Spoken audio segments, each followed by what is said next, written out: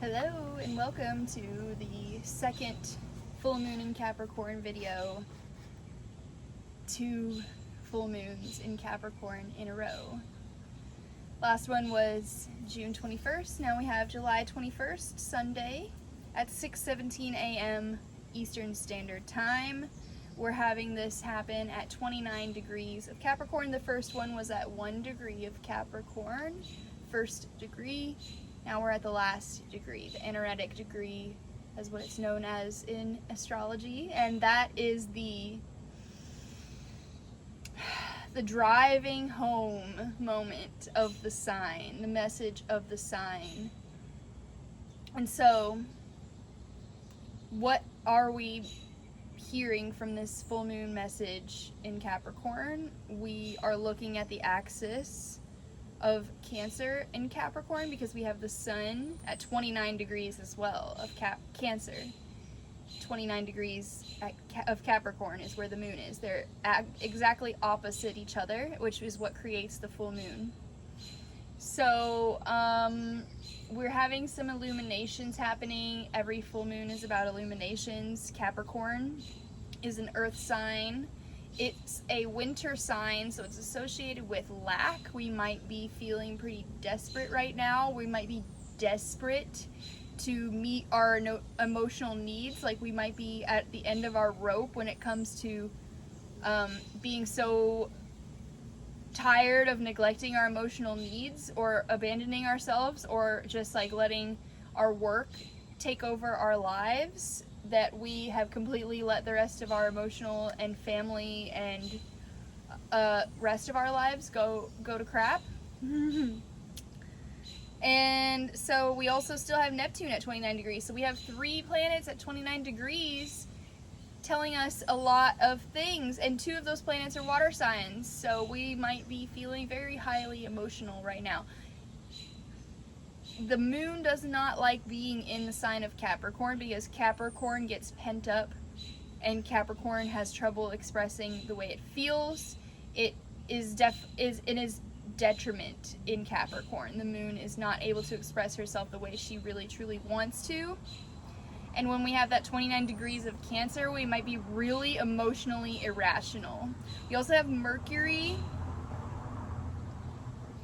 making a square to Uranus and Mars, and so that's going to give us some either outbursting energy as far as like how we express ourselves. Uranus is like sudden shocks, could be aggressive with the Mars there. That conjunction that we had on the 15th of Mars and Uranus is now split because Mars moved into Gemini, so it's not even in the same sign as Uranus anymore, which is Taurus. So that's good, but they're still pretty close, so they're separating. Hopefully we're able to maybe articulate with this Mercury some of the aftershocks that we might be feeling from what happened on the 15th, if anything. So September 1st is when we see Pluto coming back to this 29 degrees of Capricorn. So we have, it's this full moon is illuminating something, and it's showing us what we need to let go. What we've been letting go since 2008 when Pluto was initially moving into Capricorn is finally going to move. And it's finally going to be out of Capricorn for our lifetime. It'll be moving officially into Aquarius by November 19th. So, yeah. And it doesn't go direct until October 11th. We are seeing this slow progression, but we're seeing this like boom, this like sonic boom wave from Pluto hitting and squaring this full moon for us and showing us that foreshadowing. So yeah, really, like, what is coming? What have you been letting go of since 2008? That's Capricorn related, which is top-down structures, lack mentality. It's inability to express yourself. It's inability to identify with anything outside of your career, really, as your identity. It's the father structure, so it can be like cold, emotionless father also, like we've been maybe dealing with that stuff. And perhaps we're also feeling this karmic, because Saturn is the ruler of Capricorn and it's retrograde right now. Maybe we're feeling some karmic retribution. Maybe we were feeling that in the last video, like I mentioned, and some retribution around what we have been letting go of and how we've seen ourselves start to become better at self-advocating with the North Node in Aries. This full moon is conjunct Pluto, and Pluto is at 0 degrees of Aquarius, so it is not in the same sign as the full moon, which is in Capricorn, but it is moving back towards, Pluto's retrograde, it's moving back towards 29 degrees of Capricorn, where Pluto will be going back to Capricorn at 29 degrees one last time, the very last time for any of our lifetimes. And we will have that until November 17th, which is when Pluto officially moves into Aquarius for good, for the next 40 years at least. Yeah, so this square, or this conjunction with Pluto, is very intense, but we need to know that it's all happening for our highest good, and we need to be able to learn how to self-regulate with our emotions in Cancer. And yeah, use our practical tools, use our practical world to distract us, use the physical world around us, the nature, to not distract us, but to bring us back to a place of being regulated, you know, a place of being able to think clearly. We will be feeling that Pluto right there on the moon. It is out of sign, it is in a different sign, so it's sending a different message. It's giving us a glimpse into the future with it being in an Aquarius. Who knows? Pluto and Saturn get pretty bad raps, but they ultimately are working with us towards our highest good, and removing what's and showing us what's in our way, and giving us challenges to become more qualified and more expert in our fields, and more skillful.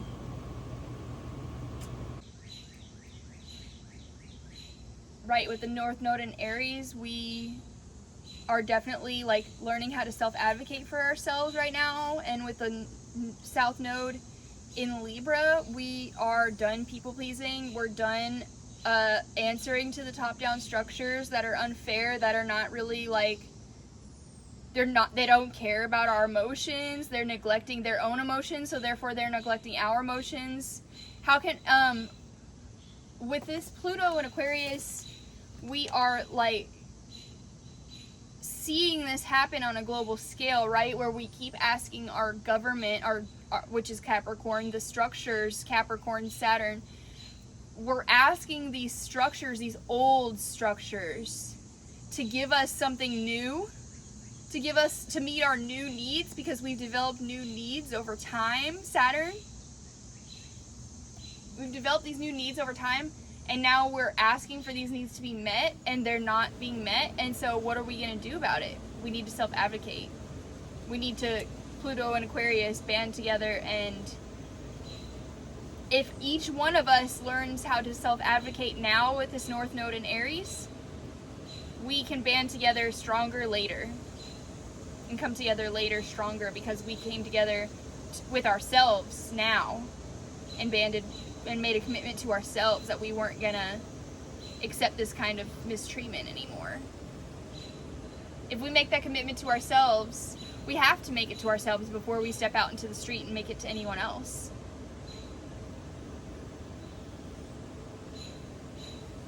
And by making it to ourselves, we might not even have to take it to the streets, because if each of us just learned how to say no more to these structures that are not serving us, that are not meeting our emotional needs, Cancer, that are yes, maybe meeting our physical needs, but not even that anymore.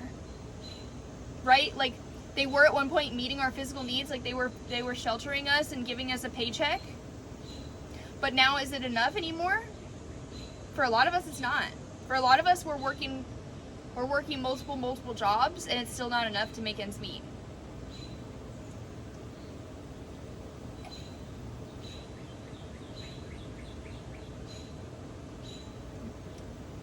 Apple juice. Looks like dirt. I think we can heal our nervous systems and bring our emotions back into balance by getting our hands and our feet in the dirt.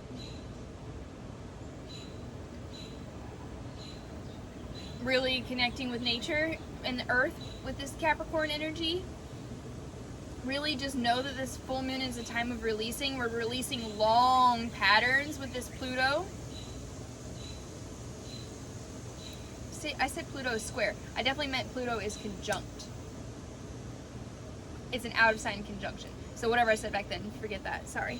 Anyways, we got a lot of squares happening. That's why squares are on the mind. There's a lot of squares, which is challenging aspects. They're challenging conversations that the planets are having together.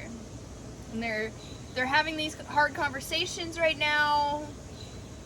Meanwhile, the ruler of the full moon, Saturn, is in Pisces, just chilling.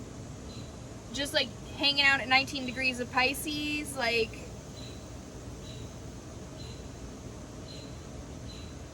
what up? Like, we're not good at setting boundaries right now. We're having all of our boundaries be dissolved. And the Neptune at 29 degrees is like, oh, it's just like a dreamy, like, whatever, like, just let everything, it's foggy and it's confusing and we don't know what's going to happen. So we really just need to keep in mind that we are going to see this reoccur again in September. Like I said, September 1st is the day. It's going to be building until then, though. But that's the day it moves back. Pluto moves back into Capricorn at 29 degrees. One final time. One final punch. So, we are being asked to continue to do faster, shorter, easier, quicker, North Node Aries things, non-committal with Jupiter and Gemini. We're going to have Jupiter in Cancer next year, so like just wait for that. I think I mentioned that already. It's great to know, to mention again for this.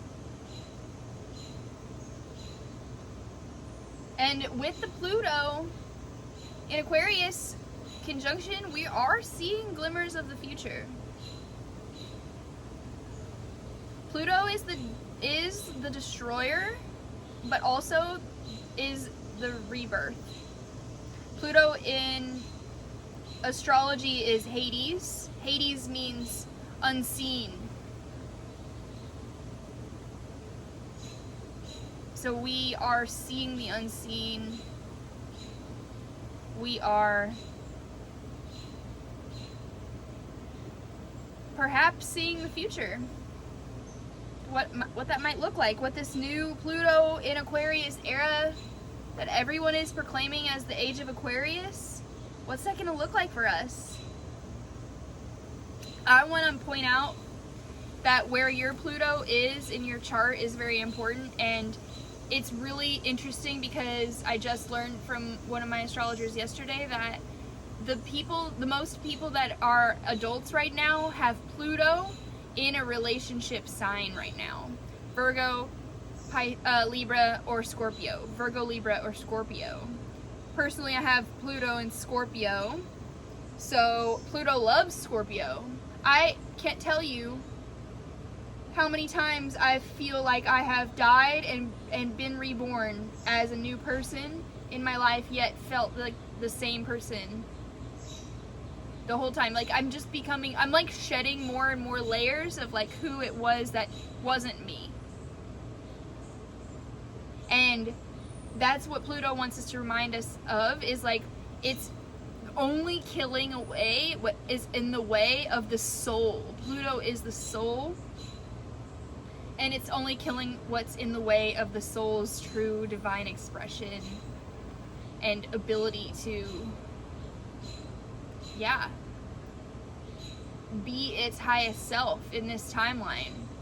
So just remember, like, whatever is happening, if it feels dark, it feels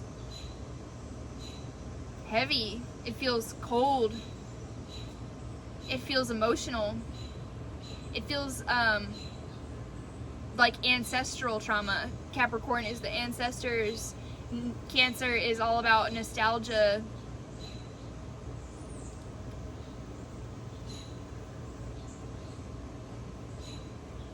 Just want to make sure I got all my... Oh, right. The whole full moon and everything else, Pluto, is square Chiron also. So that's why we're being asked to, because Chiron is in Aries, we're being asked to also, with the North Node in Aries, just keep advocating for ourselves. No one is going to show up for us but us. No one is going to save us but us.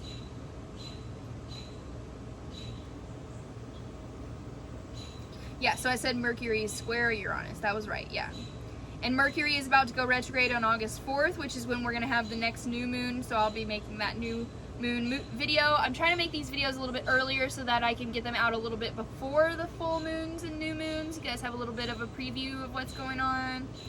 Instead of, yeah, it's coming out right on it, which I like, because people really don't know what day it is. If we put it out right on the day, you know, people are more aware. Anyways, that's what is happening. Oh, so, right. Really interesting, in 2027, it's far off from now, but that'll be, obviously, when Pluto is still in Aquarius, we're really gonna, like, be fully in it for a few years, for 3 years, and we'll be nice and settled into that energy for the most part. And with that, we're gonna have a North Node conjunct Pluto.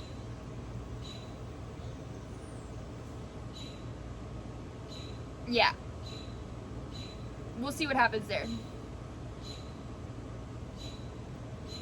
It just means with the North Node in Aquarius, and that's going to be the planet of rebellion, the planet of advancement and evolution and future and technologies, and who knows what's going to happen then.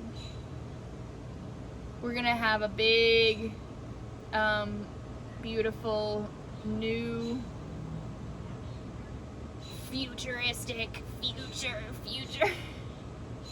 We're gonna have something then. So we're maybe even seeing previews of that kind of distant future, not just in our own lives, but on the grand stage.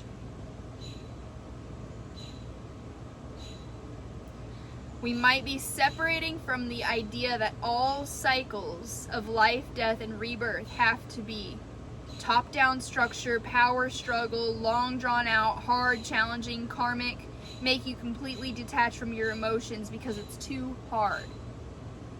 We don't need all of those cycles. Capricorn is about the cycles of the earth. We don't need all those cycles to be so full of suffering, unnecessary suffering. We can learn how to make our emotional needs more of a priority, Cancer, instead of being so overwhelmed by the emotions that we have to completely detach and become cold and become heartless and become challenging and When we have closed hearts, we just go off and we create more karma for ourselves. Karma, karma, Saturn, you know? We don't want that. That's not what he wants. He wants to free us from the karma. Believe it or not. Yeah, so that's what I have here. I love you guys. I'm really stoked because I finished my full moon journal. Look how pretty it is, if you can see it. I'm sorry if it's like blurry. But it's all the different colors of the different full moons for the year. I guess it's for the year of 2024. Oh, photographed over 10 years. No, so yeah, that wouldn't be just in 1 year. And it's all over the world. So beautiful. Love it. So I get to start my new journal. Go out and journal, guys. Don't take it out on anybody else with this Mercury square Uranus. Just like go journal. Become the hermit. Capricorn is associated with the hermit card. So like just go inward, deal with your emotions, like really just like hear your heart. Tune into your heart space, Cancer. Cancer's the heart and the breast, so it's just like the heart.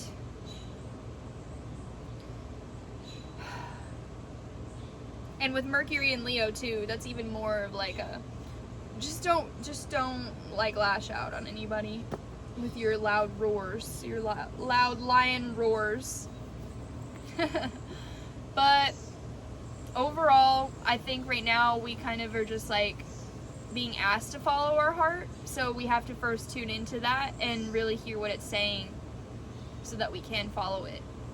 And we can remind ourselves that we may have times where we have shut down emotionally, but we always have the chance to come back, and we always have the chance to come into the heart space again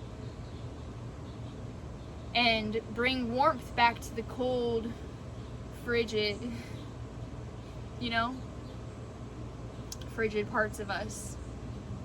So I hope that everybody has a beautiful full moon. And happy Mary Magdalene Feast Day on Monday the 22nd, the day after the full moon. So it's such a beautiful full fullness day as well for her day. I won't go into that. Maybe I'll make a separate video about that at some point, but I hope you all have a great weekend. Happy full moon, and see you in 2 weeks.